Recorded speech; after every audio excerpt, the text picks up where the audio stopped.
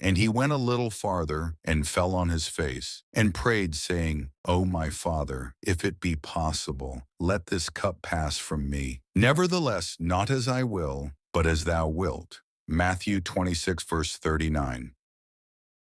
We may mark out a course for ourselves which may be born of our own ambitions or of some selfish purposes. The Lord knows the end from the beginning. He understands the relation that each man should sustain to God and to his fellow man. The Lord may see that one man's connection with men of a certain disposition or character will affect those with whom he associates to their injury. He may not be one who can reason clearly from cause to effect. The men with whom he is brought in connection may be just the ones who will not help him where he needs help. The linking together of certain elements may produce unfavorable results. Therefore, man cannot trust to his own judgment. Experience will convince him of his mistake. The Lord purposes that which will be the greatest spiritual benefit to the soul, which is in the balances, ready to begin some new enterprise which means more than he himself anticipates. What should such an one do? His only safety lies in putting his preferences and his plans on one side, saying, Not my will, but thy will, O Lord, be done. In the smallest as well as the largest matters, the first great question is, what is God's will in the matter? For his will is my will.